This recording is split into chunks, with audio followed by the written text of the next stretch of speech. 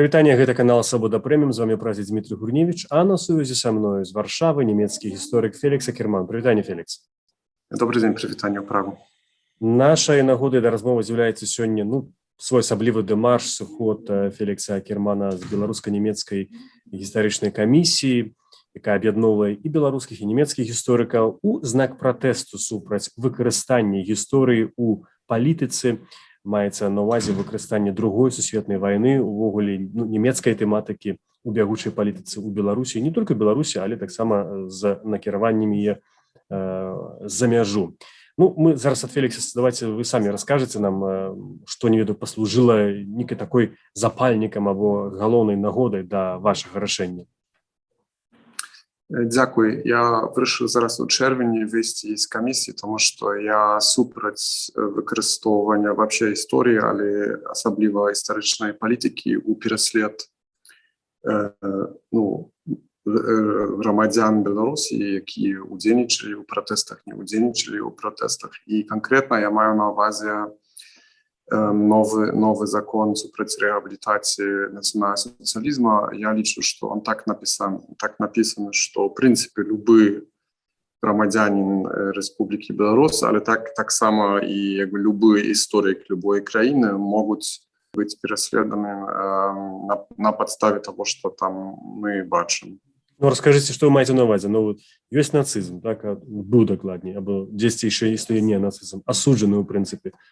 Як і за яго могуць неправамерна караць, скажем, і супраць чаго вы выступаеце. Здаецца, што маё рашэнне, в принципе, это знак пратэста супраць актыўнай ролі Академіі навук, асаблівасці Інстытута гісторыі у стварэнні новай нарэцыі, дзе актуалізуецца наратив о геноциде белорусского народа. Вот такой способ, что, в принципе, активность протестующих уписана у национально-социалистический контекст, где она, в принципе, николи не з'явилась, и активно распрацоўваецца на наших вочах нарратив, что национал-социализм и протестный рух — это то же самое рэчы, да? И мы досконало разумеем, что так и не есть, и что факт, что люди, якія протестовали у восені еще и взимку под бело-червоно-белыми стягами, что они далеко от фашизма, от национал-социализма, и что то факт, что они выкарыстоўваюць этот флаг, стяг, это не значит, что они имеют дачнение не идеологичное, не историчное, не особистое. И мы уже назираем с сакавіка этого года такой усиленный вариант этого нарратива о геноциде белорусского народа. И самое цікаве, что он у той структуры, як он выкарыстоўваецца з боку улады, у тым ліку самого президента Лукашенки, это антисемитская структура, яка предугледжвае, что протест у Беларуси это не сами люди маюць нейкую волю, а им кіруюць люди из-за межы. Вельмі часто мы бачым на советской Беларуси называются еврейские фамилии, и мы бачым ввогуле новую хвалю антисемитизма, особливо у советской Беларуси, але не только там. И это все перекидывается на протестующих у целом, на Польшу, на Литву. И еще с весны этого года мы бачим конкретно переслед поляков у рамках Беларуси. Это значит то, что зараз Анджей Подшобут у Вязницы, у Жодина, это конкретно вынік этой формы нарративного, идеологического переследу, и я абсолютно супраць выкарыстоўвання истории у такой форме политической борьбы. А ці спрабавалі вы нейкім чынам унутры камісіі гэтае пытанне абмяркоўваць? Там же не толькі немцы, там таксама і беларусы ёсць. Да, там были спробы размовы, конечно. Комиссия была створена еще до падзеў жнівеня 2020 года, так что там была некая форма обмену, скажем, например, Як приклад, ми разом з білоруським боком написали ще у липні 2020 года таку заяву у німецький бок, що треба називати цю країну Беларусь, а не Вайс-Русланд. И я думаю, что эта заява имела вплив на то, что сегодня уже практически все немецкомовные СМИ так и говорят. Так что там были моменты супрацовництва, но уже после активного конца прац 12 историков у рамках Института истории при конце того года, конечно, эта размова была складанная, и я был среди этих немецких сябров, які однозначно сказали, что, в принципе, это супроть наших правил сумесной игры. И мы тогда еще разом выстосовывали протест, но не вышли из этого супрацовництва. Я лічу, что мы повинны уже зараз вийти з формального супрацовництва з Академією наук, яка допомагає державі у пересліді жихарів громадянів РБ. Яны штосьці вам адказвалі з таго боку, калі вы пярэчылі ім, што вы выкарыстоўваеце гісторыю, ніяк як палітыкі? Да, это як звичайно. В принципі, це як у Білорусі так і буває, да, що, в принципі, оказалося, Олександр Каваліня, який ми добре ведаємо, що він на самой справді керівник, не тільки по гуманітаристиці, але і інституту. Он обвинувачив якраз мене і Діану Зіберт, що це ми політизуємо працю комісії, тому що ми збирали тоді голоси тих колегів, яких вимушили свести. Ці не протягували контракту, і ми ведаємо, що це реально, це кінець їх наукової праці у Білорусі, але для многих з них це так само вимушений поход у ексил за межі Білорусі. Тому, в принципі, конечно, з того моменту, тяжкая була некая розмова, тому що однозначно я лічу, що этот шаг был формы политизации науки. Так само зрозуміло, що в принципі, Олександр Каваліня не готовий на відкриту розмову на такі теми, тому що це, і, в принципі, небезпечно якраз у ідеологічному сенсі зараз і для його. А чому, на вашу думку, ви зараз улада використовує гэты гістарычныя тэмы? Здавалася б, па сутнасці, тэма другой сусветнай вайны, якая ў Беларусі называецца чамусьці Вялікай Айчыннай вайной, яна заўсёды эксплуатуецца, але цяпер найбольш. І наконт жыве Беларусь лозунгу, што гэта нацысцкія калі Гітлер і на беласцях, што нібыта нацысцкі, і зноў жа калабаранцкія структуры, перадусім літоўскія, польскія, украінскія, не ведаючыя, якія, або армія краёва, што гэта нацысцкая структура. Гэта такія, падавалася б, ужо школьнікі ўжо мае ведаць, што гэта ўсё абсолютна лухта, а гістарычна, не гістарычна. Одна справа, што савецкі наратив, які, асабліва, калі мы бачым, чым займаецца Академія навук, там она захоўвалася, этот наратив, да, і это якраз роля таксама Александра Каваліні, чтобы, скажем, кіраваць этим процессом и быть таким сторожем этой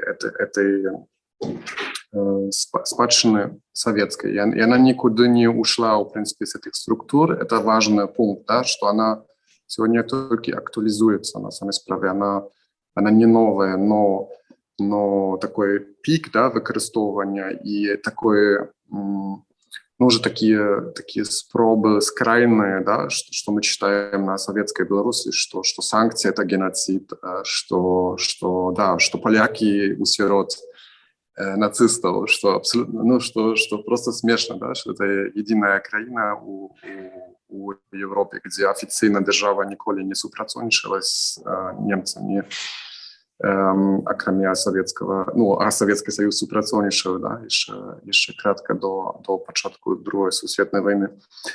Моя интерпретация однозначна и вельмі проста. Я думаю, что свет, грамадства і жыццё ў Беларусі настолькі змяніліся на працягу пратэстаў, і рэчаіснасць настолькі сильна, но вот это новое, что только так можно тлумачить силу этих реакций и этого нарратива на конт геноциду, что это на самой справе не сила улада, а бессилие, что это такий знак, что они спробуют на силу открутить что изменилось. Вот инакше тяжко тлумачить, что людям, які абсолютно все мирные и вельми далеко от национал-социализма, чтобы навіть спробовать им вешать национал-социализм на уши.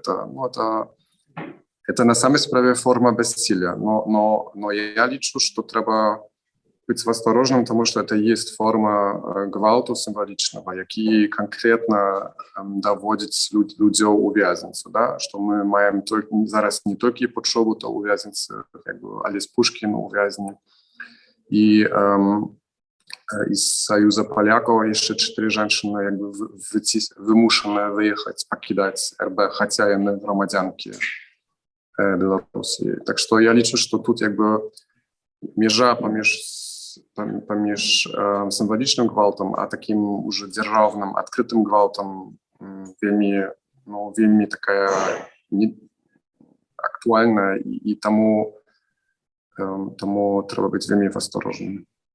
Але чому, на вашу думку, гісторыя гэта тая тэма, якая прымушае дзяржаву выкарыстоўваць як інструмент рэпрэсіяў? Таму што можна ж прыдумаць што заўгодна, і здраду дзяржаве, або там масавыя беспарадкі, бо людзі ўдзельнічалі фактычна што заўгодна. Калі зараз можна за сняжынку белую арыштаваць чалавека на 15 сутак.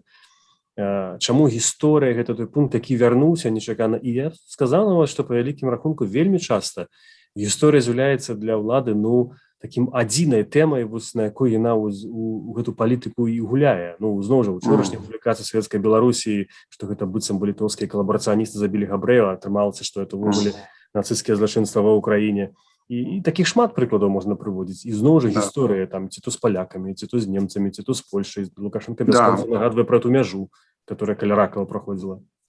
На мою думку, это с историей не мае ничего сумесного. Да? В принципе, это борьба про будущее в Беларуси. И это борьба про контроль нарративу. Мне здаецца, что мне не было у Беларуси у жнівені, у верасні, но с того, что я зразумел из Варшавы, глядя, то на самой справе сами белорусы на месте разом створили новую наррацию про Беларусь, про самих себя. И надали этой наррации вот эти колоры, да, бело-червоно-белые.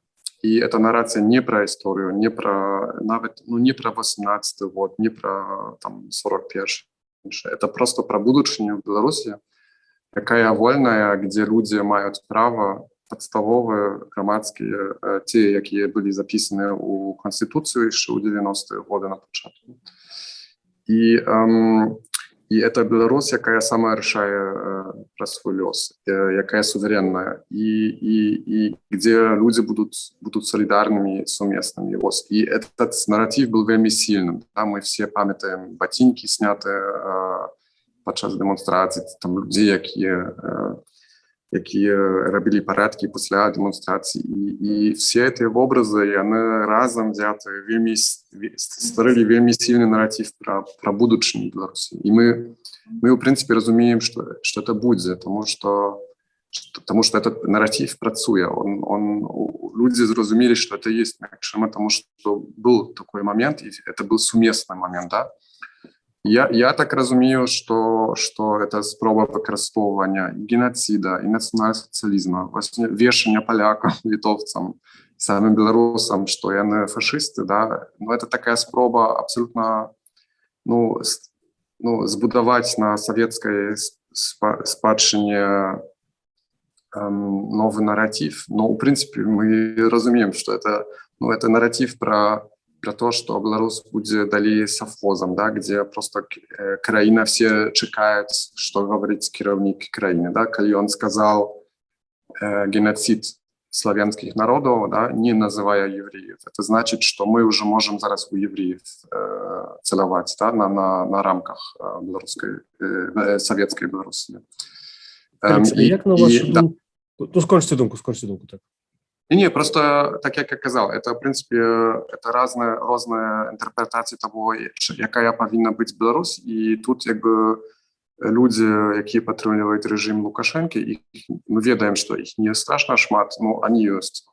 Яны спрабуюць выкарыстоўваць вялікую пабеду, но то, што яны ее накіроўваюць супраць уласным грамадзянам, это абсолютно, это сумасшествие. И и я думаю, звычайны беларус и беларускія, яны разумеюць, что тут штосьці не так.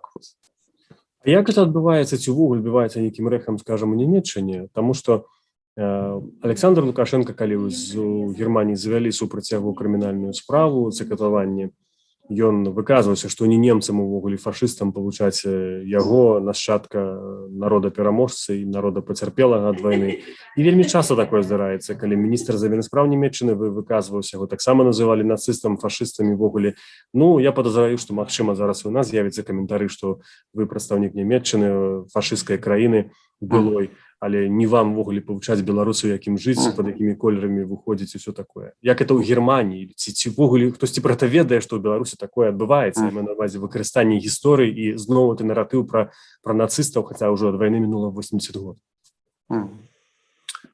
Да, я хотел сказать, да, например, у меня дед на самой справе воевал и у Польши, и он был офицером вермахту и шел так само на бок Смоленска, так что он был однозначно у Беларуси. Я лічу, что это мае значение на самой справе. Я бы на ваше питание отказал трошки инакш, чем вы бы хотели, тем, что я лічу, что немцы сами не перерабляли до конца свои, скажем, хатние задания, да? Что у нас шмат чего засталося, и такий приклад, что я подался только когда мне было 40 годов, мы с отцом подали у архив, просили документы, чтобы доведаться, где был отец, мой дед, да, мой. Большасць немецких историков и большасць немецких громадянов этого не робила, и на самой справе шмат кто не ведае, где воевали деды. Я лічу, что это можно было бы больше инакш распрацаваць. Тому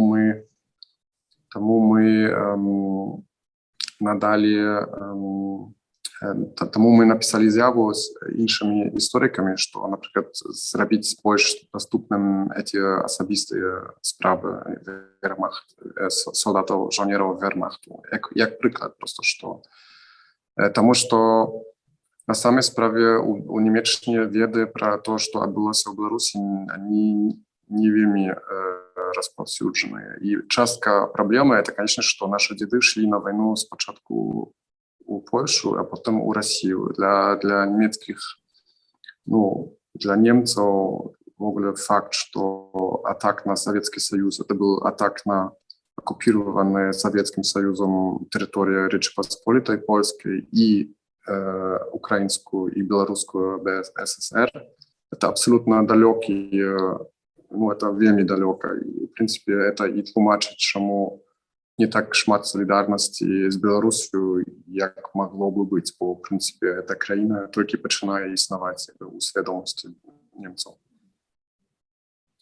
Ці цяпер у Німеччині вось гэтая заява, скажем, і Лукашэнкі, і ввогуле хтосьці пераймаецца. Я, натуральна, маю перадусім нейкае навуковае коло, што звычайныя людзі займаюцца сваімі справамі, глядзяць тэлевізару, ездзяць на ровары і не асабліва пераймаецца ў прынцыпе палітыкай. Скажем так, например, факт, что это трошки дивно, что санкции были объявлены там 21 червня, да? Огромная выставка про примусовую миграцию немцев была открыта 22 червня в этом году. Это зауважил далеко, я думаю, я был один из немногих, кто зауважил, что это трошки дивно. И что это показывает, что з німецкага боку таксама у міністэрстве внешних справаў таксама свядомасць того, что в принципе это годовщина и это 80-годие, это асаблівы, скажем, ідэалагічны контекст для адносінаў. Этой свядомасці відавочна там нема. До речі, ви звярнуліся, былі ў ліку тых, хто звярнуўся да, я так разумею, і архіваў у Німеччыне і ў Беларусі, каб яны аблічбавалі, дыгіталізавалі свае архівы, свае сховішчы, дзеля таго, каб грамадскасць даведалася праўду. Што яшчэ ўвогуле новага можна даведацца, чаму вы лічыце, што гэта зараз можа быць важным момантам. Падаецца, што якраз такі ў Беларусі вельмі часта выкарыстоўваюцца здымкі нямецкіх бундесархіву ці якога-то ваеннага архіву. Што гэта мае прынесці, якую карысць? Раскажыце больш. Ну, я гляджу на то, што адбываецца ў Беларусі як грамадзянін, да, які супрацоўнічае з сваімі сябрамі уже 20 гадоў амаль што. Але таксама, глядзя як гісторык, я лічу, што єдиный способ, чтобы, скажем, ісці крок далей і чтобы не заблытацца у такой прапагандистской войне, да, якую пробуют навязывать там аўтары савецкай Беларуси, там адміністратары дзяржаўнай правды, такие як Александр Каваліня, это на самой справе займацца навукай. А навука — это праца з крыніцамі, это думка пра новыя падыходы і новыя пытання. Я лічу, што, напрыклад, все-таки мякчымасць ввогуле выкарыстоўваць тему калабарацыі, да, з боку дзяржавы, яна ствараецца только тому, что на самой справе это питание не высветлилось до конца. Есть там первые книги, есть науковые працы, но на самой справе не все сделано. Один из главных поводов, чему это тяжко робить с белорусского боку, это не только факт, что Академия наук не пропустила практически никаких працаў, які про Другую сусветную войну, не диссертации, не докторантур. Там было практически не мягчимо оборонять, и тому, что там идеологичный контроль самый суровый, скажем. Другий повод — это что вельмі шмат важных и цікавых материалов яны знаходзяцца у КДБ, у архивах КДБ. Так что и я абсолютно разумею, что зараз просить их отчинять, это такая трошки наивная, утопическая справа. Но справа не у тым, просто справа у тым, что авторы этой заявы говорят, что немцы могут что-то робить. Это, например, уявить себе, где были их деды за допомогой этих особистых справ, да? А белорусский бок так само мог бы что-то робить. Если белорусский бок зацікавлений у исторической правде, отчиняйте архивы КДБ. Там вельмі шмат важных рэчаў, там вельмі будзе скомпликованы образ. Вот если вы подумаете только про Западную Беларусь, где война началась у вересня 1939 года атакам Красной армии, да, и переследом мясцовых жыхароў, полякаў, евреев, белорусов, где еще напередні атаку на Советский Союз были депортации, шли у Казахстан звычайных жыхароў. Я думаю, то если мы спробуем это на самой справе разглядать разом с немецким гвалтом абсолютно бешеным и самым великим, який колись был на этих землях, то я думаю, мы будем в стане створить новые подходы. Но для этого абсолютно однозначно потребно, чтобы были отчинены архивы КДБ. И я разумею, что это будет только коли Беларусь будет вольной краиной. Глядзіце, ёсць прыклад. Генпракуратура Беларусі вядзе гэту справу аб геноцидзе супраць беларускага народа. Чаму б, напрыклад, вам, гісторыкам нямецкім, не напісаць зварот туды ў генпракуратуру, што вы гатовыя дапамагчы, паспрыяць у чымсьці? Справа вядзецца, там штосьці нейкія дзеянні робяцца, быццам бы апытваюцца нават ветэраны, будзе заклік выдаць Валдаса Адамкуса былога, прэзідэнта Літвы, ці прынамсі дапытаць яго ў Літве, дапытаць у Літве. Цікаво, що я впевнений, що прокуратура звернулася до німецьких істориків, але до інших, чим до мене, чи до Крістіана Ганцера, я не просто розумію, що ми маємо некий етичний, що ми не за любую ціну супрацоўнічаем. Я лічу особисто, що німецький бок повинен супрацоўнічаць з білоруським боком для висвітлення злочинства, які были зроблены национал-социалистами. Это абсолютно значно. Я лічу, что не все было зроблено, что мягчимо.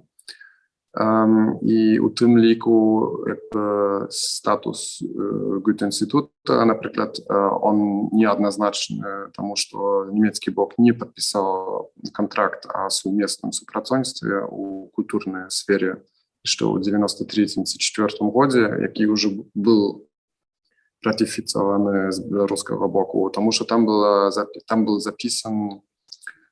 записано, што павінна быць працоўная група для высвятлення, ці не захоўваліся захопленыя немцамі каштоўнасці. Да? І тут палітыка нямецкая абсолютно неадназначная была яшчэ ў 90-е, і я лічу, што можна шмат рабіць. Но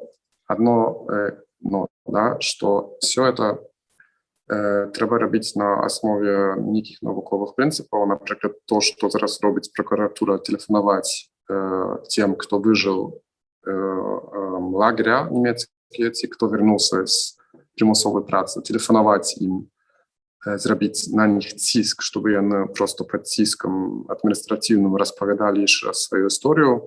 Причем мы докладно разумеем, что прокуратура в принципе у пошуках не отказных за эти злочинства, а они просто хотят найти червоно-белые стяги, да, у этих лагерях там, при злочинствах. Это вот в чем задача прокуратуры. Но факт, как это зараз робится, это ретравматизация этих людей. І навуковая праца і этычная праца з такімі людзьмі, якія прыйшлі траўмы другой сусветнай вайны і нямецкай акупацыі Беларусі, павінна абсолютна выглядзець інакш, это адназначна. І апошняе пытанне, як, на вашу думку, увогуле адаб'ецца гэта выкарыстанне, стварэнне гэтага наратыву, выкарыстанне яго шырока у такой поп-культуры, так бы мовіць, бо на тэлебачанні нейкія фільмы здымаюцца, ролікі для Ютуба. На адносінах, напрыклад, паміж беларусамі і немцамі, ці не будзе нейкай чарговай варожасці, зноў гэта як гульні ў Савецкім Саюзе былі, я яшчэ памятаю такія гульні, там ты будзеш немцам, ці ты будзеш рускім, ці хорошым. Аўтаматычна пераносілася на немца, неважна, калі ён там нарадзіўся ўжо 50 гадоў пасля вайны, это адказнасць, скажем так, за дзеянні нацыстаў. Ну, я, конечно, больше всего переживаю за то, что у Беларуси вернулся. Я не буду отказывать на ваше питание напрямую, але... Я заважу, что вы не отказываете на мое питание, так. Но я вельми переживаю, что был такий... Ну, у Беларуси есть закон, что нельзя, не ведаю, як по-белоруску, межэтнічную рознь. Распаливание межэтничной ворожести. Да. И мне кажется, что вот коли все это закончится, да, этот кошмар, то будут люди отказаны под этим как раз законом. Потому что то, что зараз у Беларуси отбывается у бок католиков, у бок поляков, у бок евреев, это абсолютно подпадает под этот закон. И факт, что это в огуле мягчимо, да, это для меня, ну, это табу, это просто было табу у послевоенный час. Зрабіць удар на тым, што штосьці на захадзе Беларусі інакш, чым на ўсходзе. Это было просто табу, і мы ведаем, што это звязана з тым, як адбылася пасля 17 верасня далучэння захаднай Беларусі. І я лічу, што это весьма праблематычна, што у Беларусі у дзяржаўных СМИ з'явілася адкрытая і структурная форма антисемитизма. Это будет иметь уплыв и на отношения с Німеччиной, потому что это такие, ну, это немцы как раз разумели, что то, что отбылось у дачнении до евреев, это, ну, нас навучило неких таких подставовых справов. И я, конечно, бы хотел, чтобы немецкий бок еще зрозумел, что на самой справе оккупация немецкая это было и насилие и гвалт супротив белорусам, россиянам, украинцам, и сведомость этого еще пока что низкая, и этот геноцид белорусского народа, як им и кшталт, как он використовується зараз прокуратури і адміністрації президента, напевно, не допомагає, щоб німецькому боку розтлумачити, що на самій справі то, что было у Хатыни и у інших вёсках, это было на самой справе геноцидальное насилие супротив неевреев. Я думаю, у нас будут складаності, и у першую чергу я буду, например, тлумачыць, чаму это просто зараз барацьба з мірнымі пратэстуючымі, якія далеко ад нацыяналізму. Дзякую вялікі, Фелікс. Я нагадаю, што маім госцем сёння ў Варшаве быў Фелікс Акерман, нямецкі гісторык, былы ўжо сябра беларуска-нямецкай гістарычнай камісіі. І мы гутарылі пра тое, як гісторыя сёння выкарыстоўваецца беларускімі ўладамі ў бягучай палітыцы. Дзякую вялікі, Фелікс. Я нагадаю таксама нашым гледачам, што вы глядзелі канал Свабода Прэміум. Для вас працаваў прадзед Дмітрый Гурневіч. Бывайце і заставайцеся разам са Свабодай.